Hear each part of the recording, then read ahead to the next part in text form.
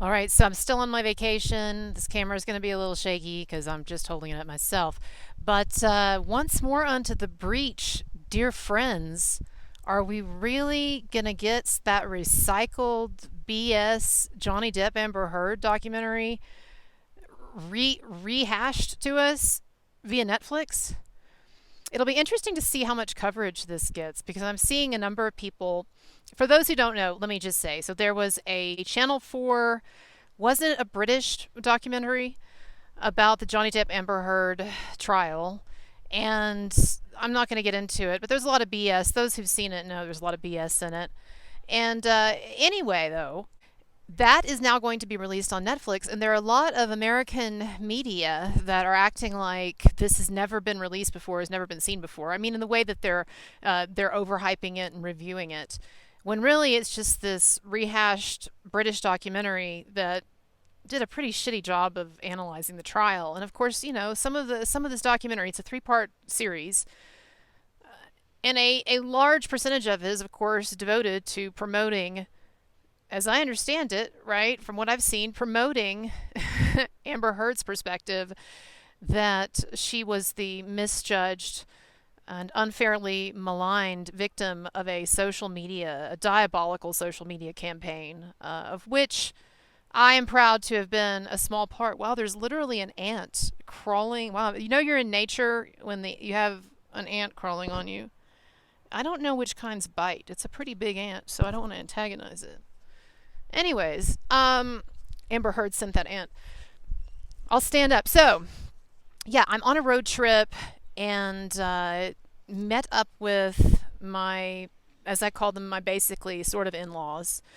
And so I've been on this road trip, and tonight it is nice weather. And so yeah, I'll talk about my trip maybe in a different video. I don't want to get into it right now because I mean there's been nothing that noteworthy that's that's happened on the trip, but yeah, a lot of driving and seeing some parts of the country I haven't seen before. But anyway, this rehashed documentary, and the American media are acting like it's a revelation or whatever. Well, some of them are. But it's the same old story, and I guess that obviously it's annoying every time it seems like Amber Heard is getting any kind of a foothold in in the media presentation of this topic. I don't say a foothold in public opinion because she's never going to get a foothold in public opinion because nobody but a few Twitter activists, Amber Heard lovers, and some diehard feminist activists. Nobody is interested in the mainstream media, parts of the mainstream media.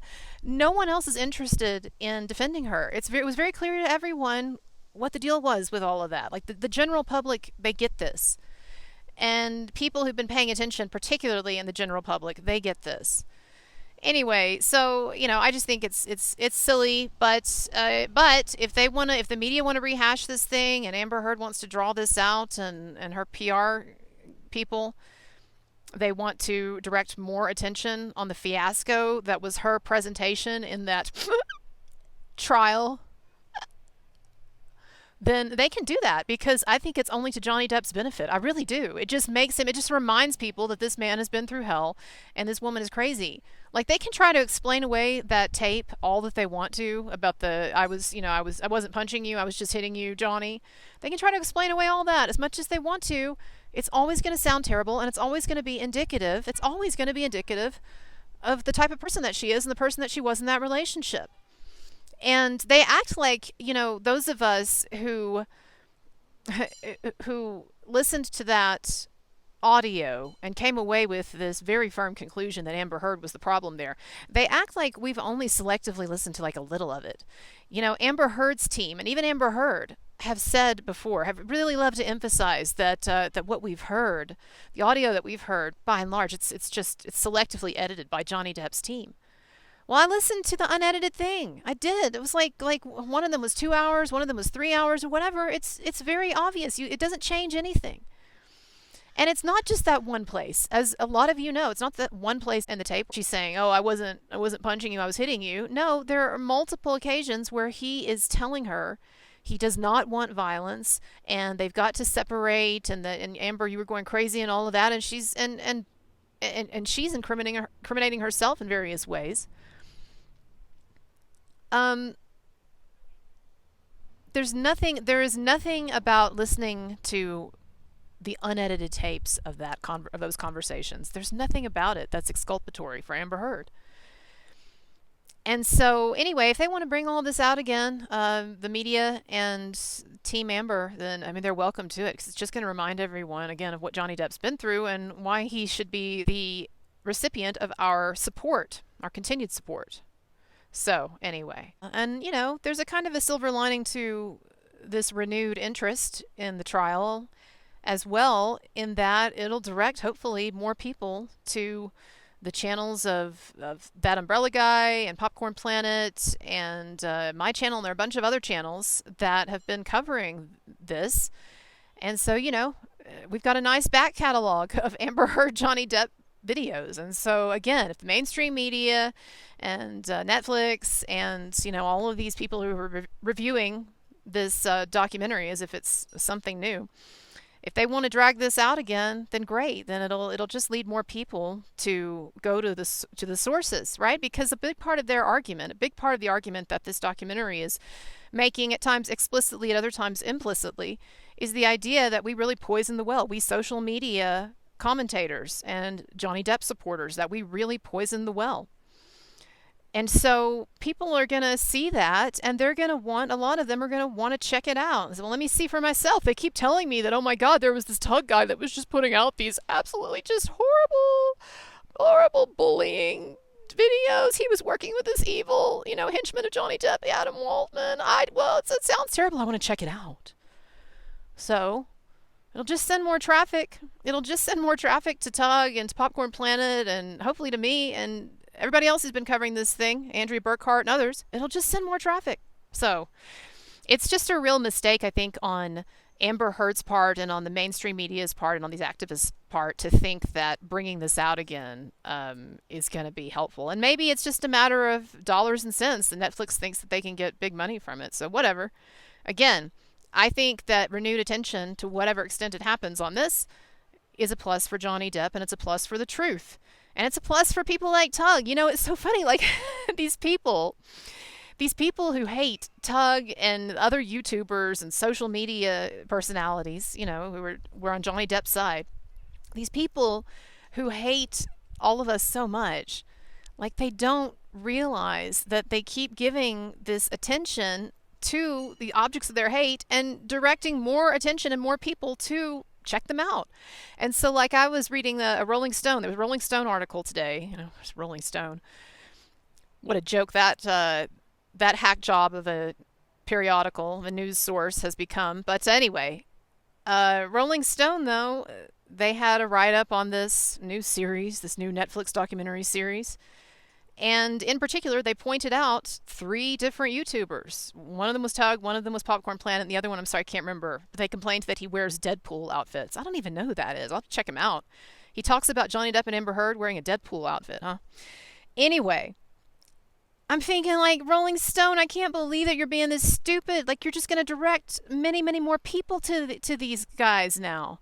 Oh, and they mentioned Emily Baker, too. You're just going to direct more and more people to these guys and gals now.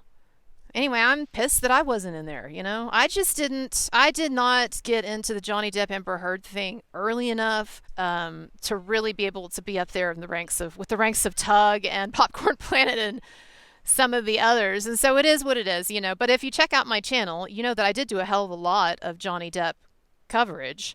And I did start like a year and a few months before the trial. Speaking of Johnny Depp YouTubers, all right, do y'all like the shaky cam, by the way? I wonder if it's like, is it more annoying that it's just kind of slight like this when I try to hold it still? Like, would it be better just to go all out, like NYPD Blue style? Y'all remember NYPD Blue? Any of you? Well, you'd have to probably be, unless you saw it in reruns, you'd have to be over 35, I guess. I watched the reruns of it too. I didn't actually watch it at the time because I was too young, but I watched the reruns. But NYPD Blue, they were really into the shaky cam. So I really love the TV show, but like it was all of this, and people were talking. What should we do about him? Should we arrest him? All right, anyway. I'm sorry I left my stand at home. But Speaking of Johnny Depp supporters, though, of lists of Johnny Depp YouTubers, I was thrilled. I did not realize it because I've been on this road trip. So I was thrilled, though, to just have found out that I was on the notorious Pro-Depp YouTuber list that was being circulated apparently widely online. It's now been pulled. What was there some kind of legal issue or whatever? Why did they pull it? But some people were nice enough to screenshot for me where I was on the list. And I mean, this is a very elite list. Like Tug was the main object of their ire on this list. And this list was really something. Like they had created a key, like a map, like you on a map, you have a key. It was a symbol key. Yeah. So they had these different symbols that they would put next to the Pro-Depp YouTubers. And they didn't want to write out what these symbols meant, right? And so they had a key that would explain these symbols to you. And so I don't even remember. I don't have it in front of me, but I had a number of symbols. So anyway, but Tug, they just hated Tug. They said he was the worst, basically. And again, trying to claim that he was some kind of henchman of Adam Waldman, which they just love to do that. They try to do the same thing. They've tried to do the same thing with me when it comes to the Marilyn Manson hoax. Oh, she's working for Manson. It's so laughable, or laughable the idea that I'm getting paid by Manson, or that I'm doing his bidding like some henchman. I mean, you can watch some of the videos I've done, particularly lately, and you can see I'm definitely not a yes woman for anybody. But I just think that he's innocent of this shit that he's been accused of, and I think it's a mess, and I think it's like basically Amber Heard 2.0. Yes, it's Amber Heard worse, much worse. But anyway. But they just love to throw those accusations around. But anyway, I was so happy to see some people screenshot it for me and sent it to me. I was so happy to see that I made the list. I would have been very disappointed if I had not made the list. And so here's the deal. I was on their list, and then they had this nice little write-up. It was really amusing. It was like kind of like someone who needs some Haldol, like what had written up there. Very, very paranoid, and I would say probably like 85% of everything they wrote there was wrong. 90%, maybe 95%. And just like some really ludicrous stuff, but it was amusing. And they claimed that like I wouldn't disclose what my degree is in. I mean, I've said repeatedly multiple times what my degree is in. I don't want to talk about it right now, but English and media, film studies. But yeah, they said I would refuse to disclose where I was working. I mean, that's a regular topic, particularly if you watch my live stream, the state of my employed or unemployed life. So I don't. Anyway, but yeah, I used to teach at TCU and still adjunct occasionally. Anyway, here's the point, though. Here's the point. They had this really funny write-up. They claimed that I was against women voting. There is a tweet out there. I don't remember the exact words, but I think that I was criticizing the fact that I don't generally agree with a lot of the voting decisions and choices that women make. But yeah, someone would have to tell me where I actually said that women shouldn't be allowed to vote. Since I vote occasionally when the mood strikes me, that would be a very odd position to take. You never know, like with Twitter, I was like, was I just really drunk and I said something completely insane? No. But anyway, no, they had a number of interesting things on this list, though. And then they got into, and they love to claim that we Depp YouTubers are doxing people. I don't think that most people really understand the definition of doxing.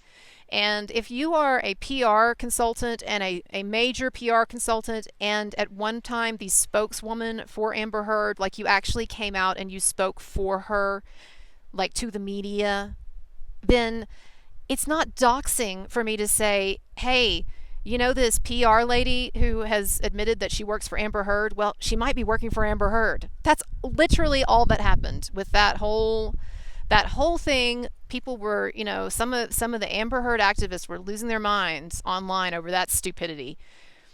And I never got a cease and desist letter, but if I were to have gotten a cease and desist letter, I would have done what I do with cease and desist letters, what I've done before with cease and desist letters. I would have posted it and I would have ridiculed it, just like I did in the whole Marilyn Manson saga. Oh, and by the way, last thing, this was some really happy news. I am a published author. I had an article accepted in the Daily Wire. I looked at the Lizzo lawsuit, and I'm not as interested so much in the specifics of that lawsuit as much as I'm interested in what I see as a possibly alarming new trend of allegations and litigation concerning quote unquote toxic workplace environments. The toxic workplace, toxic work. And so the question that I asked, that I posed in this essay, is is the Lizzo lawsuit indicative of a larger phenomenon, which is that we will see the rise of cancellations and litigation based on unsubstantiated accusations that someone's a bad boss? And so I talk in the article about like the Ellen DeGeneres is kind of a canary in the coal mine, that situation, and then I talk about various cases in the media, including most recently the Lizzo lawsuit. And so I don't know. I think that the dynamic that we have seen with Me Too, I think that that dynamic actually is also existent in other arenas and when it comes to other topics of debate. And this, I hate loosey-goosey terms, and I've told you before, I'm very uncomfortable with terms like coercion. I'm very uncomfortable with terms like toxic, because it can mean a lot of things. And so to say that someone should be canceled, or they should be ruined, or they should not be successful anymore, or they should be boycotted because of a quote toxic workplace environment, to me it seems like we're back in the realm like we were with Me Too, where you can just ruin people based on allegations alone, and not even often very well defined allegations. And, again, these are three, in the Lizzo situation, we've got three disgruntled ex-employees who were fired. And we're just going to, and this very wealthy star that they're trying to get money from, and we're just going to roll over and believe it? No. Better not. We've learned lessons. And I'm not saying that it's impossible that Lizzo had a problematic workplace, but I'm just saying that, again, let's hold on, let's slow down, and don't just believe this shit because some people are saying it, particularly when they are financially incentivized to do so. All right, everybody, as always, I really appreciate your support. Now more than ever, still trying to get the word out on lots of things. And so my links are below. Like, subscribe, donate, all those things are so helpful. And the road trip continues. It will conclude soon. We'll be back to normal programming. All right, bye-bye.